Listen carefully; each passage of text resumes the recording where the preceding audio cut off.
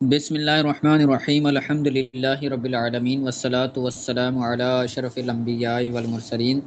نور الہدیٰ کے اسباق کا سلسلہ ہمارا جاری و ساری ہے اور ہم جمعے کا بیان پڑھ رہے ہیں۔ گزشتہ درس کے اندر ہم نے خطبے کی سنتوں کے حوالے سے پڑھا تھا، اور جو آخری چیز تھی وہ تھا دو خطبوں کے درمیان طوال مفصل صورتوں میں سے کسی ایک صورت کی جتنا دو خطبے کے درمیان خاموش رہنا یہ سنت ہے۔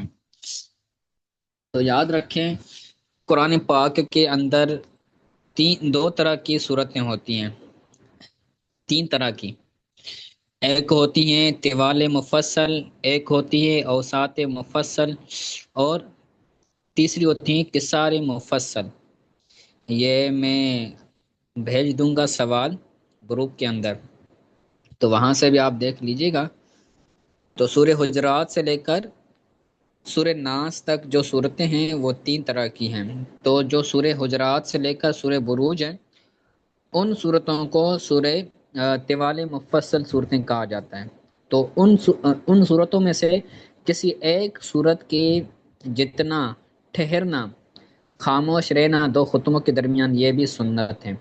اس کے بعد کہتے ہیں وہ یکرہ تطویل، اور خطبے کو طویل کرنا یہ مکروہ ہے۔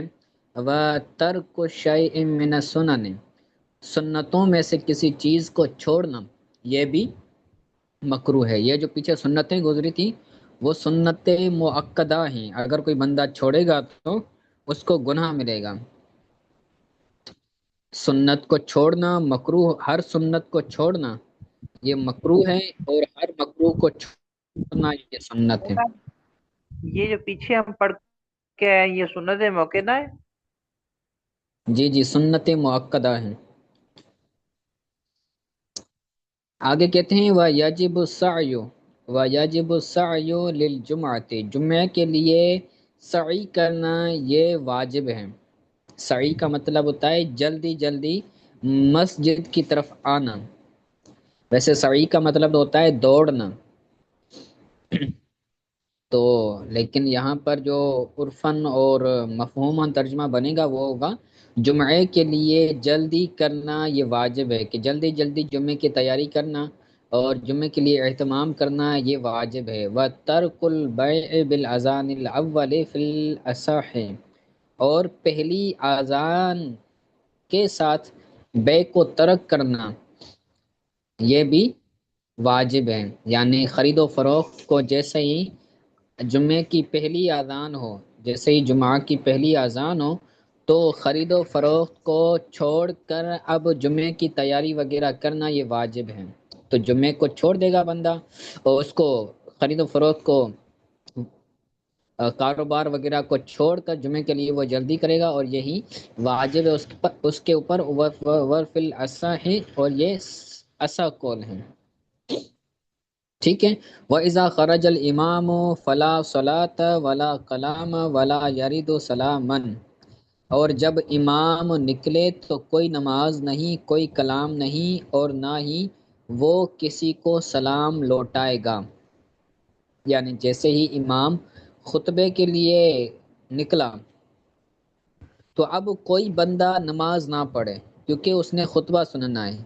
ولا کلام، اور کوئی کلام بھی نہ کرے، کیونکہ اس نے خاموش ہو کر خطبہ سننا ہے امام کے لیے۔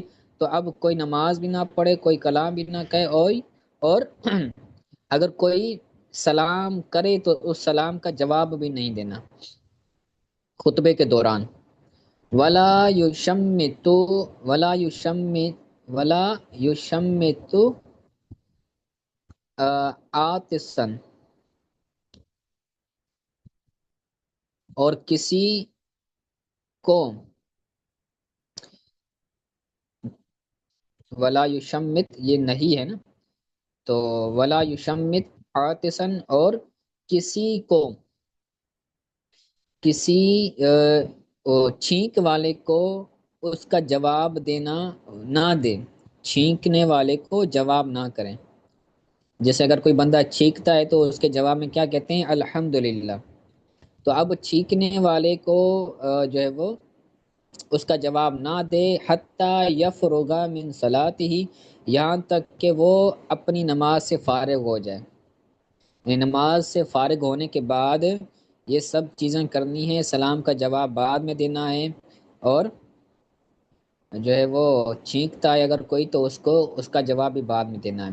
آگے کہتے ہیں وَكَرِهَ لِحَاضِرِ الْخُطْبَةِ الْأَكْلُ وَالشُّرْبُ وَالْعَبْسُ وَالْالْتِفَاتُ، خطبے کے لیے حاضر شخص کے لیے مکروہ ہے کھانا پینا، کھیلنا اور ادھر ادھر دیکھنا. جو بندہ خطبہ سننے کے لیے حاضر ہے تو اب اگر وہ خطبے کے دوران کھاتا ہے یا پیتا ہے یا کھیلتا ہے یا ادھر ادھر دیکھتا ہے تو یہ مکروہ ہے، اس کو ایسا نہیں کرنا چاہیے. ٹھیک ہے، یہ ناپسندیدہ عمل ہے. ولا یسلم الخطیب علی قوم، اور خطیب قوم پر سلام نہیں کرے گا، قوم کو سلام نہیں کرے گا، یعنی السلام علیکم نہیں کہے گا. اذا استوى علی المنبر، جب خطیب منبر پر کھڑا ہوا. جیسے ہی خطیب منبر پر آیا تو منبر پر کھڑے ہو کر کسی کو قوم کو سلام نہیں کرے گا. وَكَرِهَ الْخُرُوجُ مِنَ الْمِصْرِ بَعْدَ النِّدَاءِ مَا لَمْ يُصَلِّ، اور جس نے اور اذان کے بعد، بعد ندا کا مطلب ہے اذان، اذان کے بعد شہر سے نکلنا مکروہ ہے جب تک نماز نہ پڑھ لے. یعنی اب اذان ہو گئی ہے جمعے کی، تو جمعے کی اذان ہونے کے بعد اب جمعے کی نماز پڑھ کر شہر سے نکلنا ہے. اگر اذان ہونے کے بعد جمعے کی نماز پڑھے بغیر شہر سے نکل رہا ہے تو اس کے لیے مکروہ ہے. وَمَن لَا جُمْعَةَ لَهُ إِنْ أَدَّاهَا جَازَ عَنْ فَرْضِ الْوَقْتِ، جس پر جمعہ فرض نہیں ہے اگر اس نے جمعہ ادا کیا تو ظہر کے فرض سے جائز ہو جائے گا. یعنی ایک بندہ ایسا ہے جو مریض ہے، جہاں معذور شرعی ہے، جو نابینا ہے، اگر وہ جمعہ ادا کرتا ہے حالانکہ اس پر جمعہ فرض نہیں ہے، اس پر جمعہ فرض نہیں ہے تو وہ نماز ظہر پڑھے گا. لیکن اگر وہ معذور ہونے کے باوجود، اس پر جمعہ فرض نہ ہونے کے باوجود وہ جمعہ پڑھتا ہے تو اب یہ ظہر کا فرض نہیں پڑے گا، ظہر کے فرض سے یہ کفایت کر جائے گا جمعے کا پڑھنا. ٹھیک ہے، آگے کہتے ہیں سوائے عورت کے، عورت جمعے میں نہیں آئے گی. جمعے کی نماز کے اندر اور عیدین کی نماز کے اندر عورت نہیں آئے گی. پہلے عورتیں آتی تھی، پھر عورتوں کا آنا یہ منسوخ ہو گیا. آگے کہتے ہیں وَمَن لَا عُذْرَ لَهُ لَوْ صَلَّى الظُّهْرَ قَبْلَهَا حَرُمَ، جس کا کوئی عذر نہ ہو اگر وہ جمعے سے پہلے نماز ظہر پڑھتا ہے تو حرم، تو وہ حرام کام کرنے والا ہوگا. اس پر جمعہ فرض تھا، کوئی عذر بھی نہیں تھا، اب جمعہ فرض ہونے کے باوجود وہ معذور بھی نہیں ہے، وہ نماز ظہر پڑھتا ہے جمعہ پڑھنے سے پہلے، تو وہ حرام کام کرنے والا ہوگا، ناجائز کام کرنے والا ہوگا، اس کو گناہ ملے گا. وَإِن سَعَى إِلَيْهَا، اگر وہ نماز ظہر پڑھنے کے بعد وہ نماز جمعہ پڑھنے کے لیے سعی کرتا ہے، نماز جمعہ پڑھنے کے لیے وہ جاتا ہے. والامام فیہا، اور امام اس جمعے میں موجود ہے تو بطل ظہر ہو، تو اس کا نماز ظہر پڑھنا یہ باطل ہو جائے گا. اب وہ جمعہ پڑھے گا، امام موجود ہے جمعے میں اور یہ جمعہ پڑھنے کے لیے جا رہا ہے تو اس نے جو نماز ظہر پڑھی تھی اب وہ نماز ظہر کیا ہو جائے گی؟ باطل ہو جائے گی، اس کی نماز جمعہ شمار نہیں کی جائے گی. وَإِن لَّمْ يَدْرِكْهَا، وَإِن لَّمْ يُدْرِكْهَا، اگرچہ اس کو نہ پایا ہو. وَإِن لَّمْ يُدْرِكْهَا، اگرچہ وہ نماز جمعہ کو نہ پایا ہو پھر بھی اس کی جو نماز ظہر پڑھنا ہے وہ باطل ہو جائے گا. اب وہ کیا کرے گا؟ کسی اور مسجد میں جا کر جمعہ پڑھے گا. ٹھیک ہے، آگے کہتے ہیں وَكَرِهَ لِلْمَعْذُورِ وَالْمَسْجُونِ أَدَاءُ الظُّهْرِ بِجَمَاعَةٍ فِي الْمِصْرِ يَوْمَهَا فی المصر یومہا، معذور کے لیے اور قیدیوں کے لیے مکروہ ہے نماز ظہر جماعت کے ساتھ پڑھنا جمعہ والے دن۔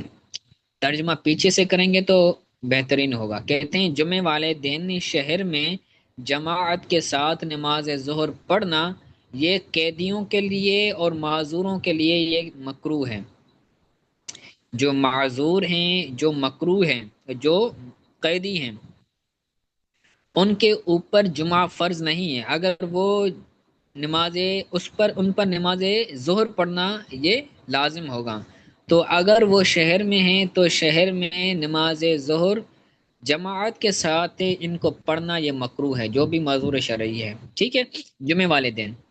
ومن ادرکها فی التشہد او سجود السہو اتم جمعتن، جس نے نماز جمعہ کو تشہد میں پایا، یعنی امام نماز جمعہ پڑھا رہا تھا اور وہ آخری رکعت میں پہنچا تھا اور آخری رکعت کا تشہد میں امام بیٹھا ہوا تھا، اور کوئی بندہ آتا ہے اور امام کو آخری تشہد میں نماز جمعہ کو پاتا ہے تو اب وہ جمعے کو نماز جمعہ کو پورا کرے گا۔ ومن ادرکها فی التشہد، جس نے نماز جمعہ کو تشہد میں پایا، او سجود السہو یا سجدہ سہو میں پایا، تو اتم جمعتن، تو نماز جمعہ کو پورا کرے گا۔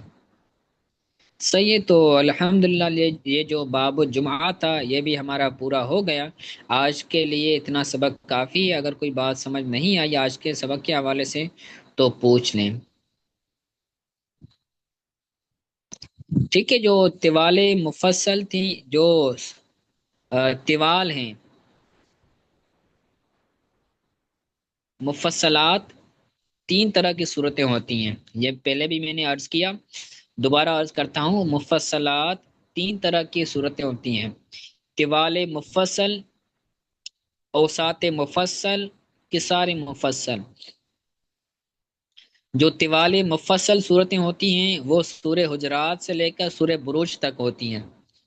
اوساط مفصل سورہ بروج سے لے کر سورہ بینہ تک، لم یکن الذین سے، ٹھیک ہے، یہاں تک۔ اور سورہ قصار مفصل جو ہوتی ہیں وہ ہوتی ہیں سورہ بینہ سے لے کر سورہ ناس تک۔ تو یہ صورتیں ہیں، ان کا بیان غالباً پہلے بھی ہو چکا ہے، میں نے بیان کیا تھا، اب بھی آپ کو بیان کیا ہے، تو اس کو بھی یاد کیجیے گا، صورتوں کو بھی، اور جو جمعے کے مسائل کو بیان کیا گیا ہے اس کو بھی یاد کیجیے گا، انشاءاللہ تعالیٰ پھر آپ سے اگلے درس کے اندر سنیں گے۔ صحیح ہے۔